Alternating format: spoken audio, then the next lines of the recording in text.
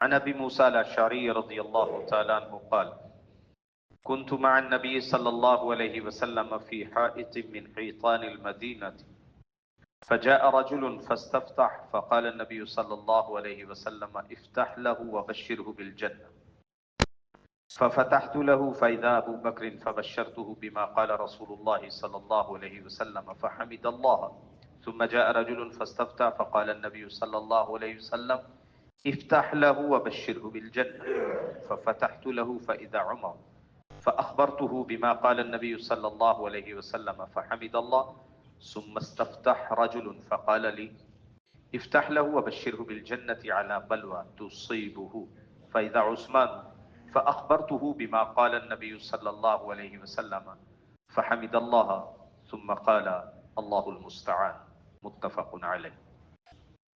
حضرت سیدنا ابو موسیٰ اشعری رضی اللہ تعالیٰ عنہ بیان کرتے ہیں کہ میں اللہ کے نبی صلی اللہ علیہ وسلم کے ساتھ مدینے کے ایک باغ میں بیٹھا ہوا تھا۔ اتنے میں ایک آدمی آیا، اس نے اجازت طلب کی، دروازہ کھلوانے کے لیے دستک دی۔ اللہ کے نبی صلی اللہ علیہ وسلم نے ارشاد فرمایا کہ دروازہ کھولو اور اس کو جنت کی خوشخبری سنا دو۔ حضرت ابو موسیٰ اشعری رضی اللہ تعالیٰ عنہ بیان کرتے ہیں کہ میں نے دروازہ کھولا اور جو کچھ اللہ کے نبی صلی اللہ علیہ وسلم نے بات ارشاد فرمائی تھی وہ خوشخبری ان کو سنا دی۔ تو وہ ابو بکر تھے۔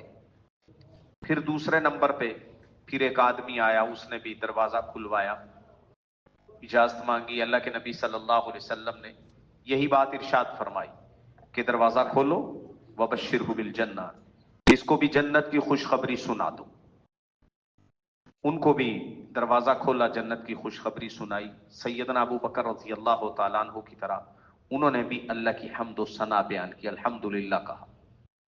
پھر تیسری بار پھر ایسا ہی ہوا تو پھر نبی صلی اللہ علیہ وسلم نے ارشاد فرمایا کہ اس کو جنت کی افتح لہو، دروازہ بھی کھولو اور جنت کی خوشخبری دے دو اس مصیبت کی بنا پر جو ان پہ نازل ہوگی، جو مشقت ان پہ، جو ایک بلا نازل ہوگی، ایک ابتلا میں، ایک آزمائش میں پڑیں گے، اس کے بدلے جنت کی خوشخبری سنا دو۔ تو وہ سیدنا عثمان غنی رضی اللہ تعالیٰ عنہ تھے۔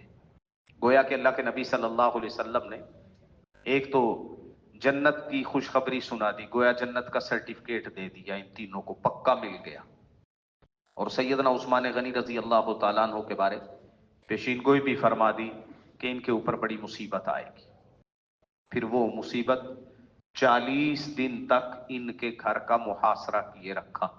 چوری چھپے اگر کوئی پانی وغیرہ پہنچا دیتا تو مل جاتا، ورنہ کھانا پینا وہ بھی دستیاب نہیں تھا۔ پورے 40 دن تک بائی کاٹ رہا تھا۔ اللہ کے نبی صلی اللہ علیہ وسلم کی یہ خوشخبری سن کر انہوں نے اپنے دونوں ساتھیوں کی طرح الحمدللہ کہا اور پھر ساتھ ہی کہا اللہ المستعان۔ جیسے ہمارے ہاں بھی محاورہ ہے نا، کوئی مسئلہ، کوئی پریشانی، کوئی مصیبت، کوئی کہے نا یار یہ پریشانی، اللہ خیر کرے گا، اللہ مدد کرے گا، یوں ہی انہوں نے بھی فرمایا اللہ مدد کرنے والا ہے۔ یعنی گھبرائے نہیں، اللہ کی حمد و ثنا بھی بیان کی اور پھر اللہ ہی سے مدد کے طلبگار ہوئے۔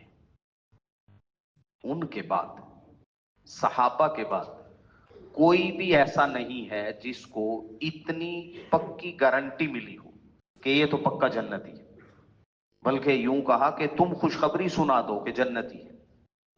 یہ صرف صحابہ کی خاصیت تھی۔ اللہ رب العزت ان پہ کروڑوں رحمتیں برکتیں نازل فرمائے اور ہمارے دلوں کو ان کی عقیدت سے بھر دے۔